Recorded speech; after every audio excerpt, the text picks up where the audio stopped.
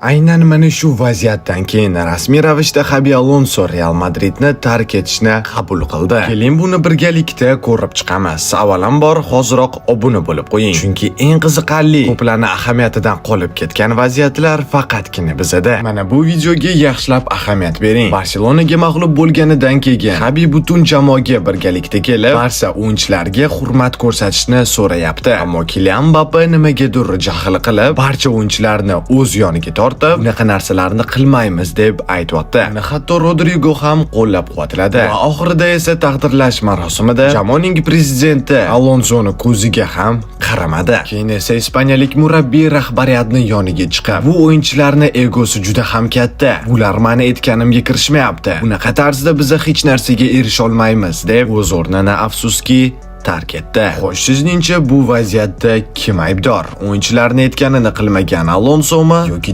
murabbiyning so'zlariga kirmagan futbolchilarmi?